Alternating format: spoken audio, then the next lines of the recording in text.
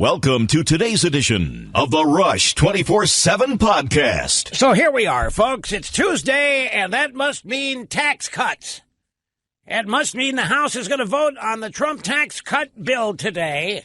And then after that, the Senate going to take up debate and probably vote on it tonight.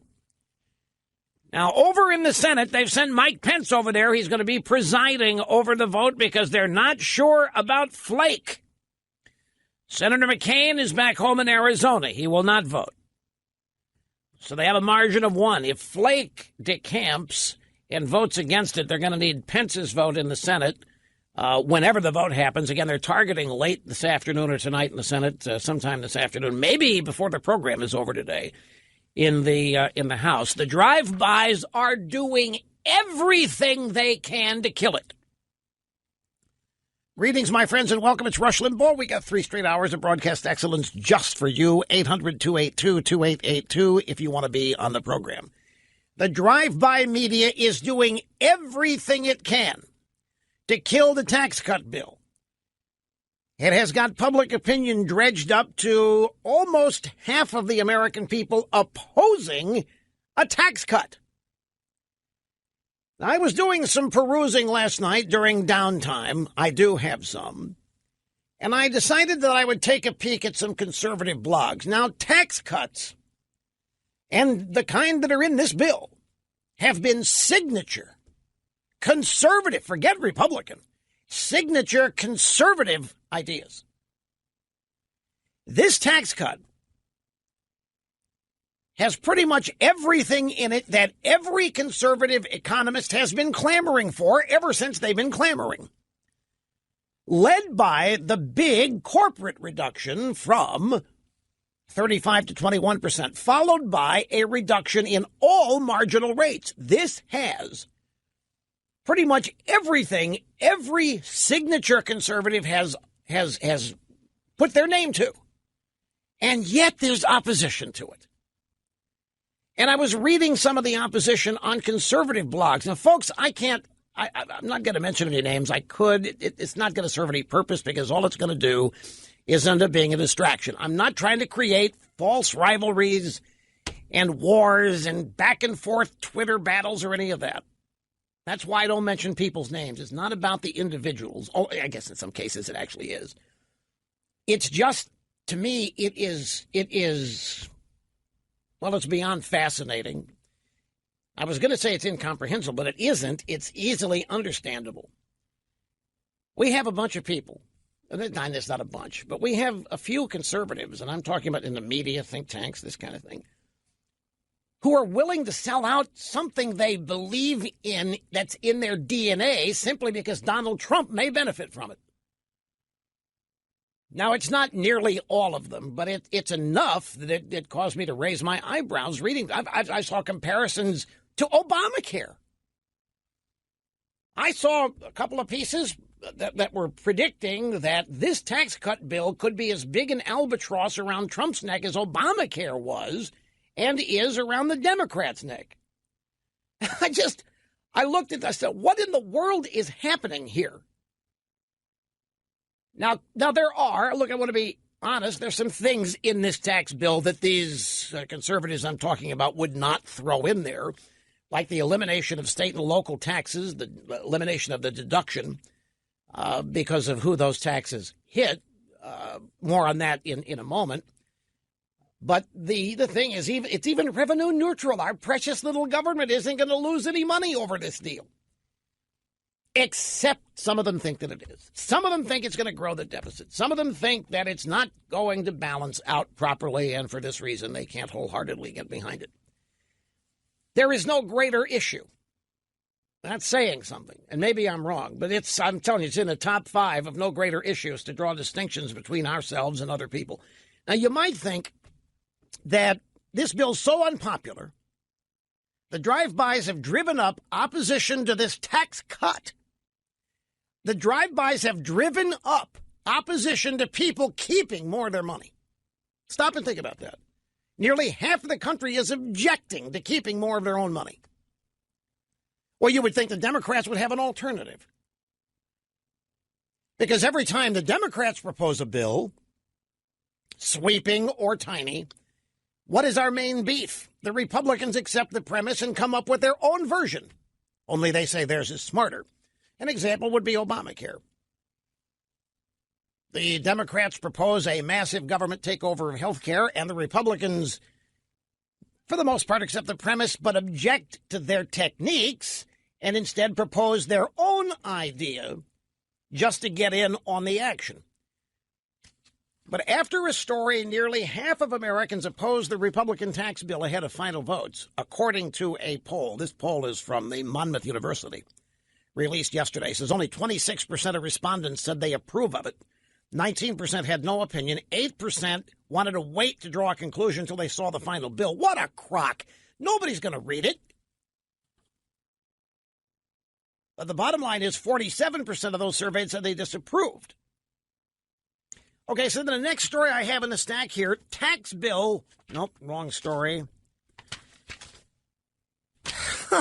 Just incredible. Here it is. Pelosi bails on tax cut protest after only a handful of activists show up. Now, wait a minute. If we've got a Monmouth University poll that says 47% of Americans oppose this, why can't the Democrats find any protesters?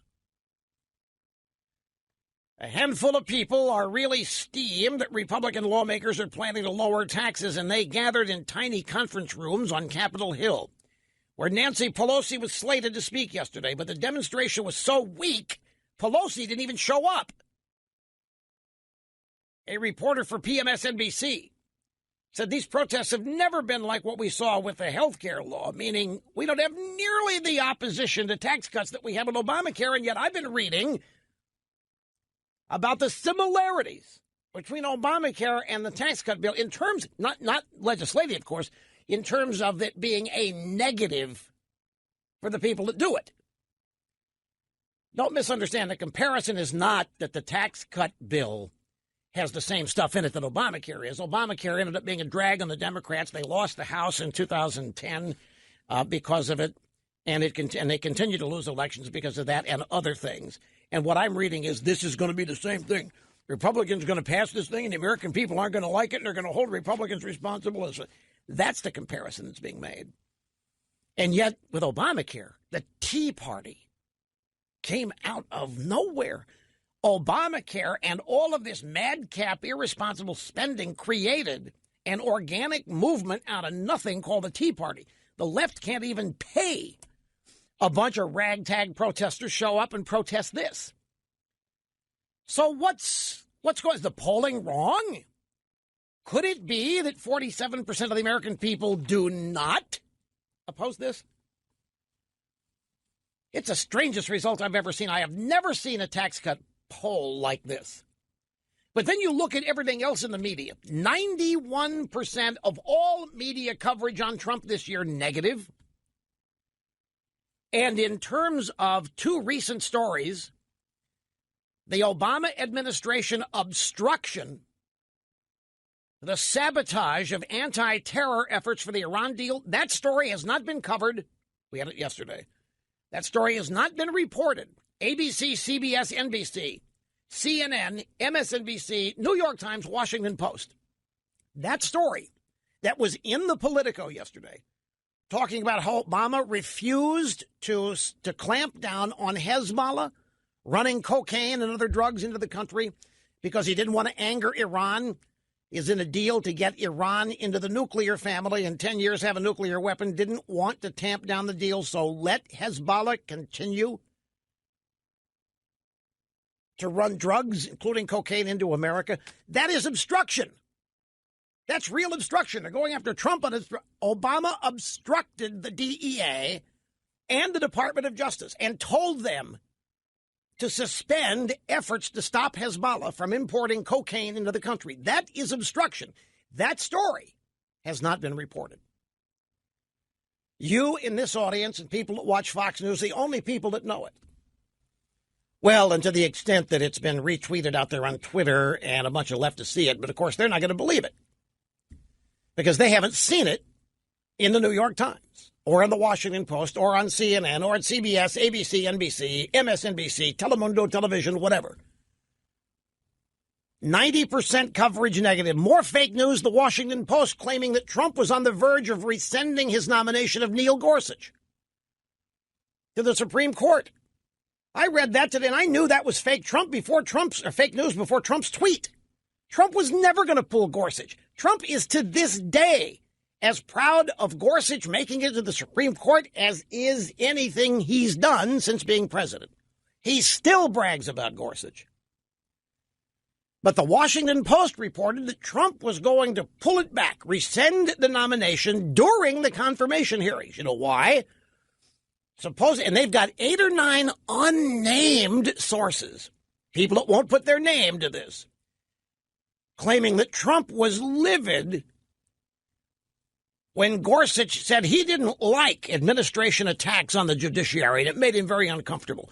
And the Washington Post story says that Trump viewed that as Gorsuch not being loyal and had to be talked out of withdrawing Gorsuch's name. Trump has tweeted out today that this is entirely and totally fake news, and there's no question that it's fake news. They try to make the case that Trump is petty and is totally influenced by flattery. And all of this is so overblown and exaggerated, and it's just another manufactured lie. There is another story that the drive-by media has not covered. In addition to not covering the fact that Obama obstructed law enforcement attempts to interdict cocaine being run into the country by Hezbollah, the New York Times and the Washington Post have totally ignored the texts between Peter Strzok and his mistress over needing an insurance policy if Trump were to win the election. That whole story, the tweets between Strzok and his mistress, and the conversations in the office of Andrew McCabe, at the time number 2 at the FBI, those stories haven't been reported. Those tweets, that whole story. Obama obstruction of justice, impeding law enforcement, telling them to not try to stop Hezbollah from running cocaine into the country, and the texts between Strzok and his mistress. Those stories have not appeared. I guess there's no time. When 90% of the busy broadcast news day is anti-Trump, I guess you don't have time to squeeze in stories that are true and that make Trump's opponents look bad. So it's in this atmosphere that we have a poll showing nearly half the American people oppose keeping more of their own money. And it's amazing to me, if you read deep down into the poll, it's amazing to me the detail of this tax proposal that the American people are aware of. The American people are normally not aware of the details in legislation, mainly because the members of Congress voting on it haven't even read it all. But when we get to the tax bill, it's stunning how Ma and Pa Kettle in the trailer park somewhere in the Texas Panhandle know full well about the lack of deductibility of state and local income taxes. And every other bit of minutia in the bill. I just don't believe it. I don't believe the country is that far gone that the majority of the American people, I know we have more than enough Americans who love socialism, mostly young people, millennials, and what have you. And you want to hear the pièce de résistance. Grab audio soundbite number 1. They're pulling out all the stops because they know this is going to happen today. They're beside themselves. This will be a seminal, significant legislative achievement. It's something they will not have been able to stop. And at the end of the day, once this is implemented, people are going to see that it was a good thing, and they're going to end up supporting it. They're trying to stop that from happening. Listen to this montage. CNN, ABC, CBS, various people there using a last chance tactic to try to stop the tax bill. Why do real estate businesses, specifically, like, say, the Trump families, save millions? The president and his family could stand to benefit personally from tax cuts. It would primarily benefit wealthy commercial real estate investors, like President Trump. President Trump or perhaps Jared Kushner would benefit mightily from this tax cut. Really gets hooked up. President Trump and his family. The president and his family will benefit from this. 63% of Americans say that the Trump family will be better off because of this tax plan. Where the hell do they get that? 63% of the American people. Why not 65? Why not 80? 63% of the American people say the Trump family will be better off because how do they know that? But you notice the theme. Every drive-by we chose there is trying to kill the bill by telling people that Trump is doing it so he personally will benefit, and to hell with everybody else. This is not your standard, ordinary, everyday media bias observation. That's not what's going on. This is not media bias. This goes so far beyond media bias. This is not media malpractice. This is not journalistic malpractice. This goes way beyond any of that. This isn't journalism. This isn't the news. It is what journalism has become. But, I mean, this isn't the news. This is nothing more than hardcore agenda advocacy, pretending to be and disguised as, quote-unquote, media or news. It isn't true. A lot of it is made up. A lot of it's sourced from anonymous people without the guts or courage to put their names to it. It's desperation. It's Hail Mary. It is anything and everything, and it doesn't matter what to stop Trump. Never seen anything like it. Even with the second most hated president in our lifetimes, that would be Richard Nixon. Quick, Nixon's middle name before we go to the break. Way to go, you passed the test. Back after this. Now, yesterday, I spent some time on this program recounting the positive accomplishments of the Trump administration in this year, and it's the only year, and it's significant, and the resulting boom economically and culturally, immigration, border-wise. And I want to do it again today, but using someone else. Rich Lowry, National Review Online. Trump's first year starting to look like a big win. Now, I'm not typecasting Lowry. I'm just telling you that this comes from a sector of the news media that never thought this was going to happen. That only somebody like Jeb or Ted Cruz could deliver something like this. But Lowry nails this. As the year ends, President Trump is compiling a solid record of accomplishment, much of it unilateral, dependent on extensive executive actions rolling back Obama's regulations. Impressive judicial appointments, as good or better than any conservative president would put forth, and the successful fight against ISIS, which was never going to be won with Obama in charge of it. The tax bill is the significant legislative achievement that heretofore has been missing, and yet here it is. It's hard to see, writes Mr. Lowry, how a conventional Republican president would have done much better, except if he had managed to repeal Obamacare, which was always going to be a dicey proposition, given the narrow Republican majority in the Senate. Well, let me just give you a little hint. This tax bill repeals the Obamacare individual mandate. That strips the guts out of Obamacare. The mandate requiring you as a matter of law to go out and buy Obamacare insurance is going to be gone. With that mandate gone, the guts, the bowels, and the colon of Obamacare are stripped away. And we're back at it. Bill Rushmo serving humanity here behind the golden EIB microphone. Back to Rich Lowry. Just a couple more points from his piece today. The tax cut's big. $1.5 trillion over 10 years, and even more if you account for the budgetary gimmicks, and has changes that conservative economists have sought for decades, particularly the lower corporate rate, 35 to 21%, the move to a territorial tax system, companies only taxed on their earnings in the U.S., and the business expensing, meaning companies can write off the full cost of new buildings and equipment and not have to depreciate over thousands and thousands of months. As I say, folks, in any other Republican president's hands, conservative Washington would be doing handstands. They'd be begging to be invited to the White House Christmas party. They'd all want to be photographed with the president and first lady at the White House Christmas parties. It's just, I was going to say stunning, but nothing's stunning anymore. It's just sad. This continued opposition not rooted in anything intellectual.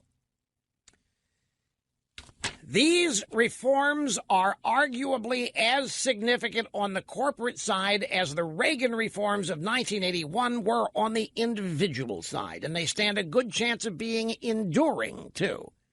Long-lasting. For those of you in Rio Linda, unlikely we're ever going back up to a 35% corporate rate or returning to a worldwide tax system. But that's not all. Trump's deregulation has been in full gear. The EPA is unspooling major Obama-era rules. We have pulled out of every silly climate agreement at the United Nations. The waters of the United States and a clean power plan Obama has put us in are gone.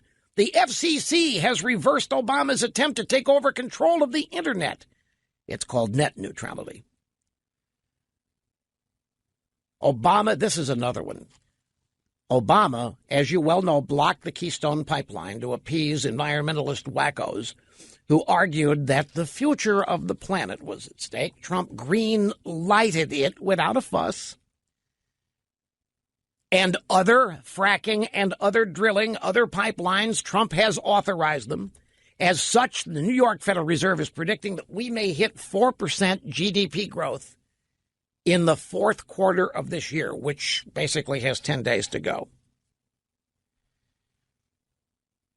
9 days, whatever it is. We're near the end of the year, near the end of the month. Now, Lowry concludes maybe any Republican would have done much of what Trump has, but 3 acts stand out: pulling out of the Paris Accords, decertifying the Iran deal, and declaring Jerusalem the capital of Israel. All 3 demonstrated an imperviousness to polite opinion, i.e. the establishment way of thinking.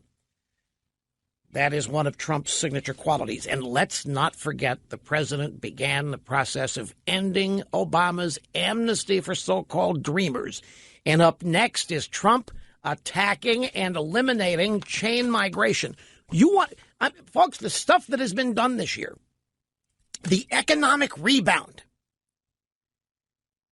the pulling this country from the depths of despair and putting it back on a course to make it great again. It is transformational and phenomenal. So much of this has happened in just 1 year, and the tax cut passing will put an exclamation point to the end of this. That, although it won't be reported, is going to send the left into the throes of depression and funk like you think you're in. They are going to end up actually being there. And their funk and their depression is going to be legit because it will be born of the reality that they have been unable to stop Trump from the implementation of his agenda. Yeah, some things. But you look at the forces arrayed against this president. You look at the projection of power the left has put together and used against this administration. Then you measure what this administration got done. And I would be hard-pressed for you to name any other president who could pull off as much of what Trump has pulled off with this kind of opposition. No previous president has known this kind of opposition. No previous president has been the recipient of 91% consistent negative coverage for over a year. No previous president has been targeted for destruction by what we call the deep state, the administrative, unelected bureaucracy of this country, staffed by career leftists, socialists, liberals, you name it, working in consort with simpaticos at the drive-by media. There isn't a single president in our lifetimes you could name who could have withstood and overcome and triumphed on so much against this kind of opposition. And some are now begrudgingly beginning to recognize it and acknowledge it. Now, let's go back to the Democrats and the tax bill for a second. I want to make a point, and we're going to get to Trump's speech yesterday. It is pretty much exactly what I thought it was when I only saw one-line excerpts as graphics on the bottom of TV computers, TV screens, the news networks reporting the Trump speech. It's fabulous. It's great for what it was and what it is. And we have audio sound bites to go with it. Now, I'm reminding you, when the Democrats propose any kind of legislation over the last 30 years, what do our guys do? They propose a counter, but they accept the premise. Democrats come along and want to nationalize health care. The Republicans put forth their own version, not quite as bad. They say it's smarter, but they accept the premise that there needs to be legislation along the lines of what the Democrats want. We sit here and pull our hairs out because we thought we'd elected people to stop this. We thought we'd elected people to fight this. We thought we'd elected people, when the Democrats spoke up with their agenda, were going to stand up and say no. The Democrats, on the other hand, they don't have an agenda. Now, you may have seen stories this week and last week, particularly after the Alabama election, that are now predicting a blue wave, meaning the Democrats are going to win it all back next year. The Democrats are going to take back the House next year, and then they're going to get started on impeaching Trump. And then the Democrats are going to win back the Senate next year, even though they've got 25 seats they have to protect. And then in 2020, the Democrats are going to win the White House. It's either going to be Bernie Sanders or Pocahontas. Maybe even Hillary again. But the Democrats, by 2020, are going to have total control of the government back. After they won the Alabama election, after they won the Virginia election. You've seen it in the news. You've seen it in the drive-bys. The Democrats are partying hardy. They think it's over. They think that they have succeeded in creating the number one thing they need to win, which is not an agenda. Because they don't have an agenda. All they have is Trump hatred. That is it. And they know it. And they think it's enough. They're very happy with that. That is it. That is the sole message they've got. As we enter the election period for 2018, Trump hatred. They think they have succeeded in convincing all of those Trump voters in the blue states that voted for Trump to now hate him. They think they have succeeded in convincing a majority of Americans that Trump is a mistake, a disaster, a reprobate, a pig, and that he's gone, deserves to be impeached. They do not have an agenda.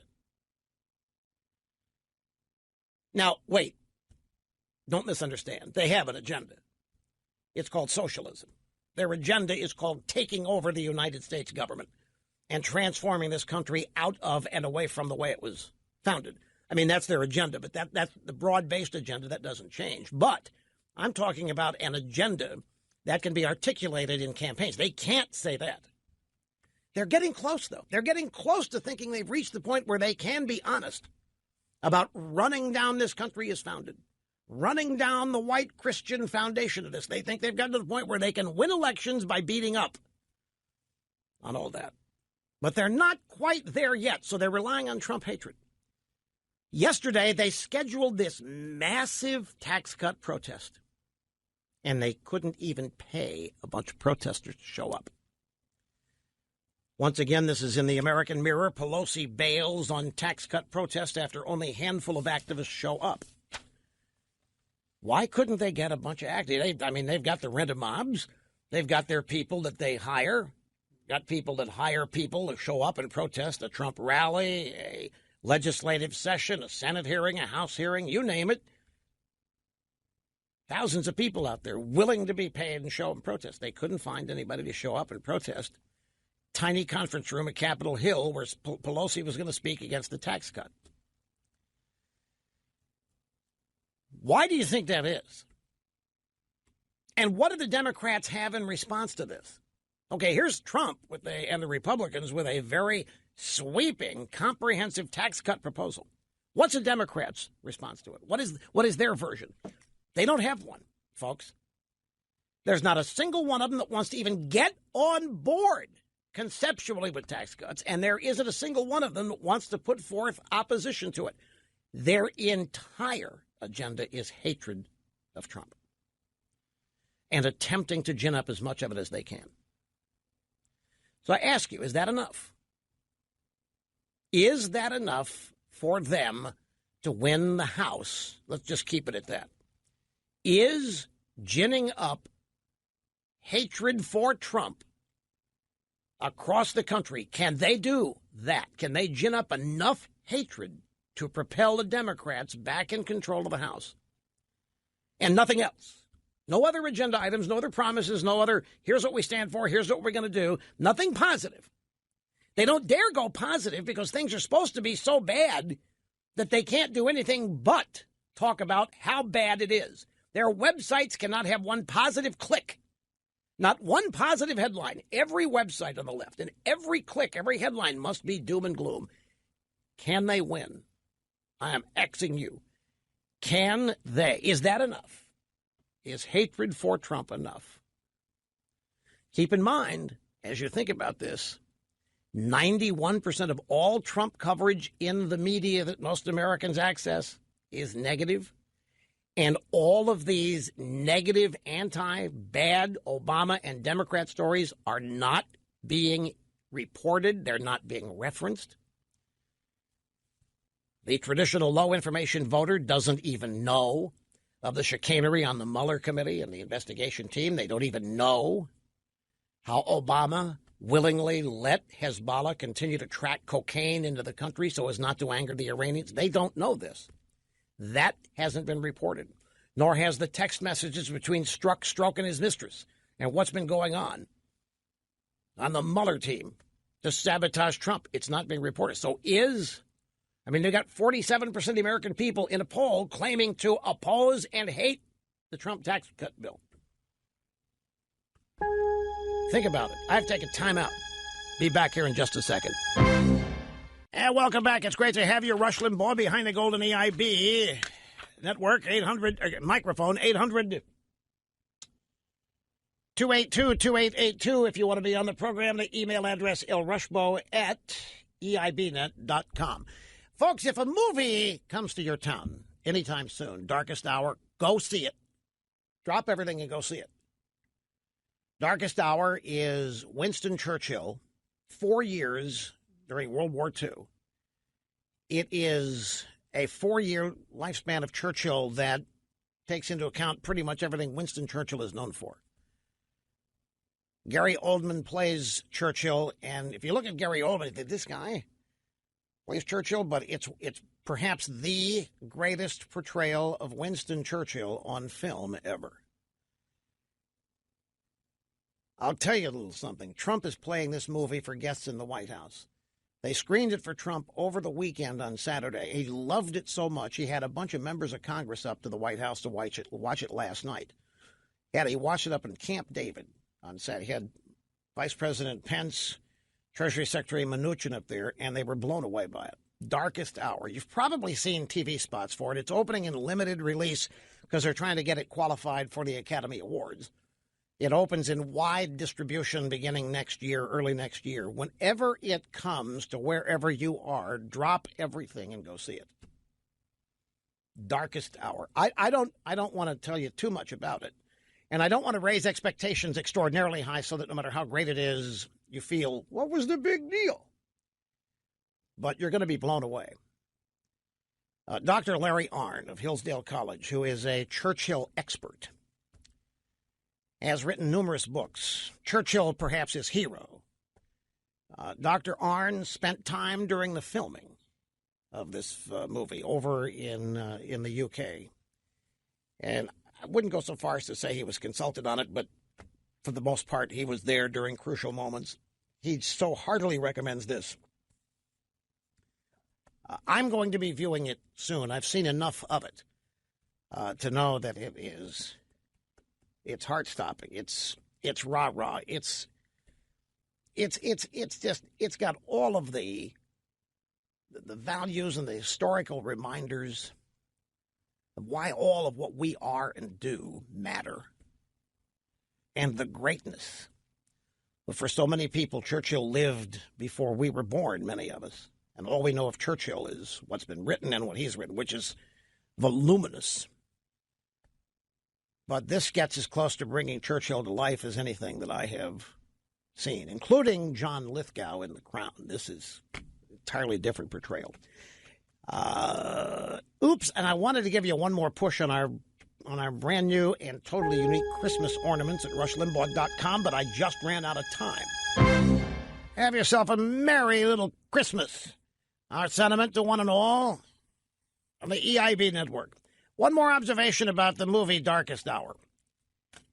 It's from an era where language was crucial, central.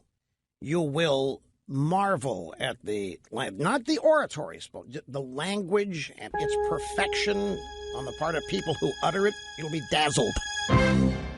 All right, let me say at the top here, if you're on hold on the phones, I'm going to get to you as quickly as we can. I intended to get started on the phones in the last hour, but I once again had lousy time management. So we'll squeeze some in very quickly. Greetings and welcome back. Great to have you at 800-282-2882. If you want to be on the program, the email address, lrushbo@eibnet.us. Oh, yeah. A couple things here. There has been a development, ladies and gentlemen. You know the texts between Strzok, Stroke, and the mistress that have been revealed? Excuse me, there's like 10,000 of them. One of those texts, Strzok, Stroke, is sending a note to the mistress, Lisa Page, after they've had a meeting in Andrew McCabe's office. McCabe's the number 2 guy at the time at the FBI, whose wife is a big Democrat. He's running for the Senate in Virginia, took money from Terry McAuliffe's coffers, so dyed-in-the-wool Democrats. We don't know if McCabe is, but, I mean, what are the odds?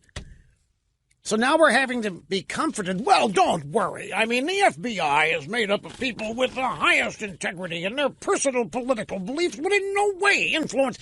Yeah, well, that's what they used to tell us about judges, too. And former FBI directors are weighing in on how this current crop in the leadership dismays and disappoints them. So once again, common sense, intelligence guided by experience. When we are told by the very people trying to destroy Donald Trump to pay no attention to the political leanings of the investigators, we would be wise to ignore and do just that, just the opposite. So in one of these texts, after a meeting in McCabe's office, apparently Lisa Page tried to comfort everybody and point out that there was no way that Trump was going to win.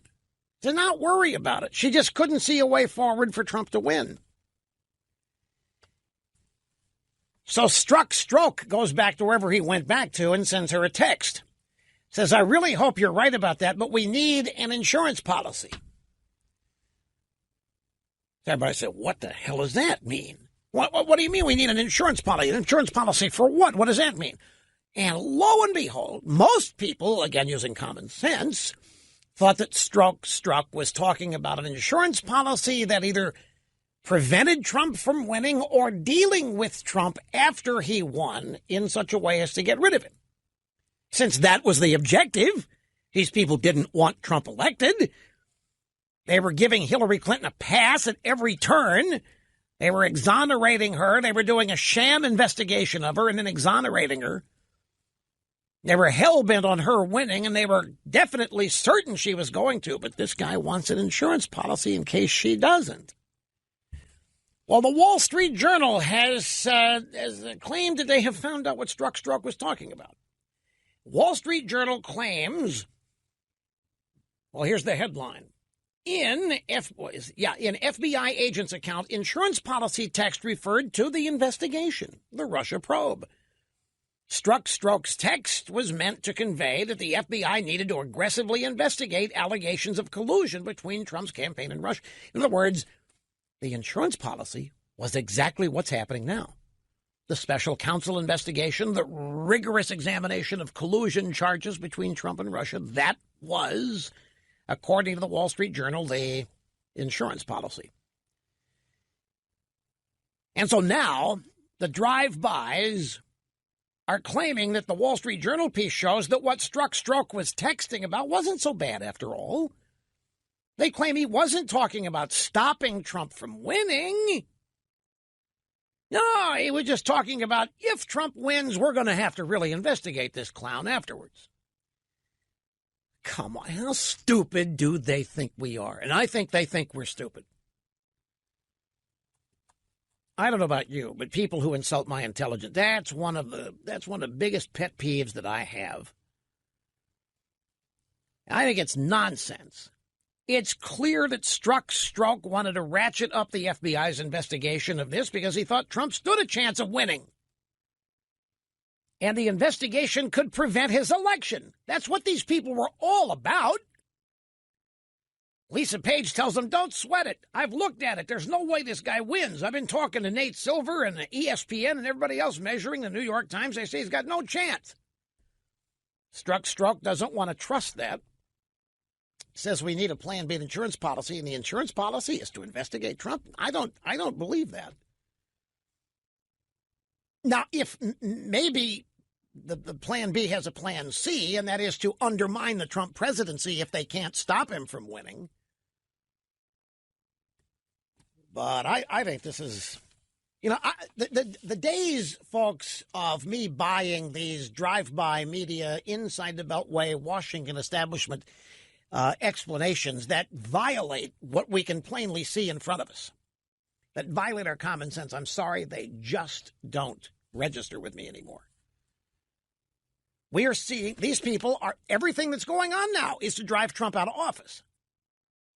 Do you notice that Jesse Waters at Fox News got in heap big doo-doo for something that a lot of people have already said? You haven't heard about this? You know who Jesse Waters is? Okay, I'm talking to Snerdley and the staff on the other side of the glass, the highly overrated staff. Jesse Waters used to be one of O'Reilly's roving on the street guys to hopefully bring down O'Reilly's aging demographic. You like Jesse. Jesse's a good guy. He got his own show after O'Reilly left. And now he is one of the headliners on the Fox show at 5 o'clock. And on, I guess it was Saturday, I don't know, he was doing something on Fox on Saturday, and he accused the Mueller investigation of being a coup to get rid of Trump. And Mount Vesuvius descended on poor Jesse. And he's by no means the first, but I guess he may be the first on Fox to say it. But I can't believe Hannity hasn't said it or alluded to it. We've talked about it for weeks, that there is a silent coup. Now, I don't know that I've specifically said that the Mueller investigation is the coup. I think this entire effort, I've described it as a silent coup to get rid of Trump. The administrative state, deep state, all this stuff from these mythical sources in and out of government, present and former, leaking to the New York Times and Washington Post, no names ever attached. But when Jesse Waters came out with it, like everybody stopped. You can't say that. That's outrageous. That's the most irresponsible thing that anybody's ever said. But it wasn't the first time it's been said. But something about that utterance of it set them off. And I think the proximity of his accusation, so close to what we have now learned about the text between Strzok and his mistress and the conversations in McCabe's office and the wildly unbalanced Mueller investigative. Why does he need 17 lawyers? And why does every one of them have to be a Hillary loyalist, devotee, donor, fundraiser, bundler? Why do they all have to be of the same stripe? 17 lawyers to investigate this? And they all have staff. I mean, that 17 lawyers is just one aspect of it. And after all this time, they haven't found anything that's related to what everybody thinks they're investigating. And so Jesse comes out there and calls it a coup, and you would think that one of the most sacrilegious statements ever about respected members of the establishment has ever been uttered. No. No, that's not my point. My point is, no. I'm wondering why this particular observation of there being a coup has set them off when so many previous utterances were ignored. There has to be a reason for it. There's always a reason. There's always an explanation. And it's never obvious. Never above board. Sean P. Diddy, Puff Daddy, whatever Combs has weighed in on the news that the Carolina Panthers are going to be sold. Jerry Richardson, the founder, has found himself embroiled in sexual harassment allegations, claims, and so forth. Big investigation ensued. That was first being conducted by the Panthers, and then the NFL heard about it. The NFL took over the investigation. After that happened, Jerry Richardson said, you know what? I'm going to sell this baby. I'm going to sell a team. The team, I'm going to get rid of the team after all this time, but I'm not going to entertain any offers. We're not going to talk about this until after the last game of the season has been played. The Panthers are in good shape to make the postseason, to enter the Super Bowl playoff tournament. And he says not till the last game of the 2017 season has been played that the Panthers are in. He's not going to take any calls or respond to any inquiries about it. That led to hip-hop mogul Sean Diddy Combs saying he wants to buy the team. And that the first thing he would do would be to sign Colin Kaepernick. I would like to buy the Panthers, spread the word, retweet it. There are no majority African-American NFL owners. Let's make history. Said he would let the former Fortner quarterback, Colin Kaepernick, compete with Cam Newton for the starting job. He also said he would improve the halftime shows. Said I'll have the best halftime shows, the best selection of music, and we'll win the Super Bowl after Super Bowl after Super Bowl. Robert Kraft, the owner of the New England Patriots. I like Diddy. Diddy's a good businessman. He's a smart businessman. Might be an asset to the NFL. No, I'm not playing with you. TMZ encountered Robert Kraft on the streets of Beverly Hills with a camera crew, and they asked him about it, and that's what TMZ's report. Well, they got video of it.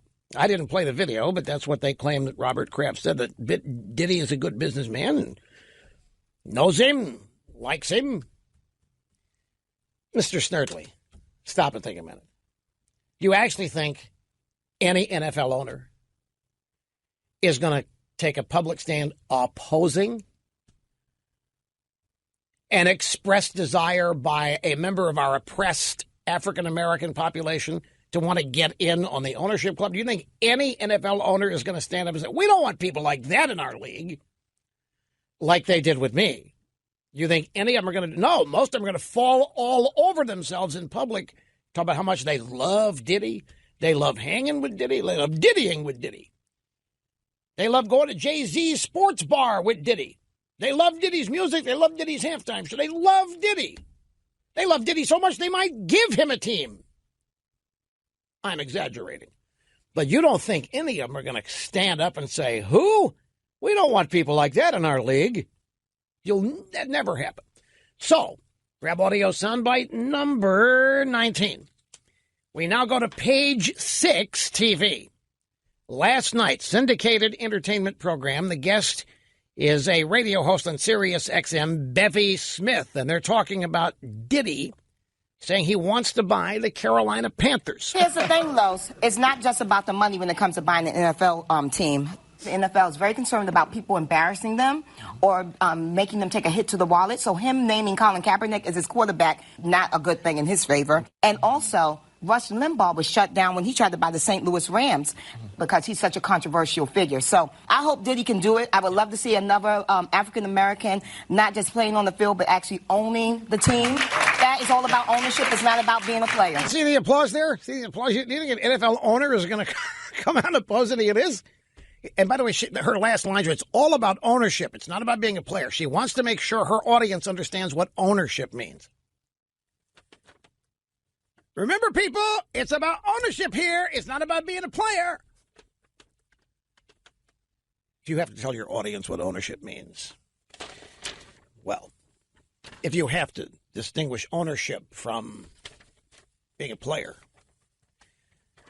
By the way, this idea that I'm controversial, I've never understood it. You all listen. Everybody that listens to this program pretty much agrees with me. Where is the controversy? Oh, by the way, one more thing about the Panthers. They have named an interim COO. Chief Operating Officer. Her name is Tina Becker. She's been with the Panthers for 19 years. She started as a cheerleader and then became the captain of the cheerleading squad and worked her way up. And now she has been given day-to-day control of the Carolina Panthers. They call their cheerleaders the Top Cats. And she was one of them. Story doesn't say so. The story here is from ESPN, but there's a picture that has been... No, I'm not cutting anything here. I'm just telling you. I'm just informing you. I mean, Goodell started in the mailroom at the NFL. Now he's the commissioner. This woman started in the cheerleading ranks and has now been named the chief operating officer of the Carolina Panthers. It happened on Monday. It doesn't give her age here, but I'm guessing she's 39, 40, something like that. Let me get to the phones. I promise we'll get to the phones. We're going to start here with Tim in Buffalo. Tim, great to have you, sir. How are you doing? Rush, it's a great honor to be speaking with you today. I want to thank you for what you've done for the country for all the years. I've been a listener since 1990. Appreciate that very much, sir. Thank you. You sound sincere with that. I believe you. I am. Rush, the reason I'm calling is I fall into that 50% that is not liking this tax bill, and I wanted to share with you just a couple of quick reasons. Sure. Fire away. To credentialize, I'm a CPA, tax savvy, 35 years in business, and CFO of one publicly traded and two private companies. So just to kind of let you know where I'm coming from. My concerns are this. One is that the Republicans failed to, as George Bush did, they're not addressing the $20 trillion in overall debt and the continuing deficit. Number two, I feel that this tax cut is very disproportionate to corporations versus individuals. Number three, I think it's aspirationally dubious. I think that the notion that give the money to the corporations and then that will make its way down to the people is, I appreciate all what corporations do, but I'd rather see the money go to the people. And number four, and lastly, I mean, this has all the markings of the swamp, right? So the tax cuts for the corporations are permanent, individuals no. AMT gone for corporations, individuals no. They didn't close a number of the loopholes that they were talking about. It's got the swamp markings all around this. And so I don't like what's before us, and I feel like it's a wide right field goal. I really do. All right. Well, I appreciate your call. Appreciate your comments. As to your comments have a decidedly left-wing flavoring to them. The focus on corporations and how they're supposedly getting away with nothing and how whatever benefits accrue to them, they do not share. They do not trickle them down. That simply, you're going to find that is not the case. And I don't know how you're measuring that, but the simple act of repatriation is going to add a genuine stimulus to this economy. Whether it's in the hands of corporations or individuals, it's still going to grow the economy. Corporations growing benefits the economy. It happens with people getting hired. It happens with wages increasing. In terms of the debt, the national debt, and the deficit, I don't think this thing's being scored properly. I think this thing, if it works, as conservative theory says, there is going to be far more growth than anybody in that town is willing to predict or understand, just like when the capital gains tax was cut. Way back when in the Bush administration, they thought it was nothing, a little add-on. It ended up being the primary driver of new revenue to Washington that none of these eggheads had even counted on. And I think this entire tax bill, since they've cut the marginal rate on the top earners from 39.6 to 37. It may be shekels to people, but it's going to matter. And I think the opportunity for growth that this tax cut presents is going to far more out of time. Yeah, grab soundbites 2425. Have them standing by. Just one more comment on our previous caller. I regret that I ran out of time there right in the middle of my own point. But, the focal point of his opposition was to the corporate side of this. And admittedly, the corporate rate reduction is far greater than any of the personal rate reductions. But you've got to keep in mind the personal rate reductions have already happened in terms of great percentages. In 1981, when Ronaldus Magnus took office, the top marginal rate, folks, was 90%. Now, nobody ever paid it, but it was there. They had all kinds of shelters and deductions. But you paid 90% on the last dollars you earned, but nobody ever reported those dollars. That it was complicating. It was It was hodgepodge. There's also the talk of tax loopholes. The conservatives don't speak of tax loopholes. There is no such thing as a tax loophole. There are tax provisions. There are tax laws. When you start throwing around the term tax loophole, you're trying to make people think that people are escaping the tax code, that they're finding a way around the tax code, that they're able to break the law. That's not what tax loopholes are. There aren't any such thing. There may be unintended consequences. The tax writers enact a bill that doesn't account for certain activity that happens as a result. That happens because they fail to dynamically score these things at the CBO or the Joint Committee on Taxation. And as I said, the greatest example is when they cut the capital gains rate in the Bush tax cut in the early 2000s. They had no idea why all the money was flowing into the Treasury. They cut the capital gains rate practically in half. And what that meant is that people were selling stocks instead of rolling them over or donating them to charity. People were selling appreciated stock. If you get to keep 85 cents out of every dollar you earn, you'll sell the stock and then you'll reinvest it and buy more. That started happening. People started paying the capital gains rate instead of avoiding it. It caused all kinds of new money to the Treasury that these eggheads, who are the supposed experts, never counted on. And I think this bill has all kinds of possibilities in it like that. But the personal rate reduction, by the time Reagan left office in 1988, the top marginal rate was down to 30%, from 90 to 30%. Since then, since the late 80s, the tax rates have basically been from 10 to 12 to 15 to 24 to 28 to 30.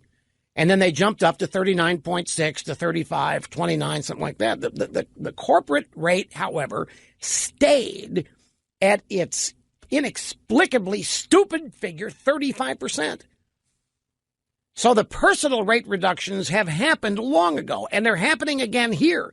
But there isn't that much room to reduce them because they have been reduced so much over the past 20 or 30 years. The corporate rate has remained ridiculously high. And I'm just going to tell you, when the corporate tax rate is reduced from 35 to 21%, you've heard the old adage that corporations don't pay taxes, you do. And you know what that means, right? It means whatever a corporation's tax bill in, they amortize it by building into the price of every product or service enough to cover what their tax payments are. So at the end of the day, they don't pay them. I mean, they file returns and they send checks to Washington, but it's not a net loss for them. So what happens if you lower a corporate tax rate from 35 to 21? Well, you open up all kinds of possibilities. What happens when you have a 7 or 8% repatriation rate, like Apple has $190 billion overseas? And the amount of money other corporations have added to that, which is doing us no good over there. If they're allowed to bring it all back or a portion of it back and only pay 8%, what are they going to do? They're going to bring it back. And what happens to it? Well, here now we're up against what the brainwashing of the American people on corporations has led people to believe. And this is really a crime. And I know that there are bad actors. There are bad actors as individuals. There are bad actors as small businessmen. There are sports athletes that are cheaters. I mean, every group of people has its renegade malcontents in it. And corporate CEOs and corporate executives are no different. The difference is the left has done their best to convince everybody that every American industry made up of the corporations within it is out to harm them, to screw them, to cheat them, or even kill them.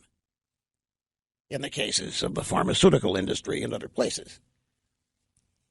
And so there are many people who believe that corporations don't do a single damn thing that's any good. That all they do is deny people health care.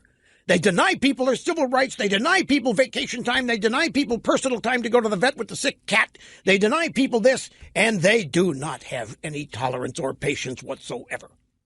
And they just fire you. And they don't pay people enough. And this is what people have been led to believe because the left has been pounding this kind of thing for decades. The liberal Democrat enemies list is topped by industries. Big auto, Big pharmaceutical, big box retail, big oil, big tobacco. They are hated and despised. But in truth, all they are is groups of people. And many of them are traded publicly and so have fiduciary responsibilities to show up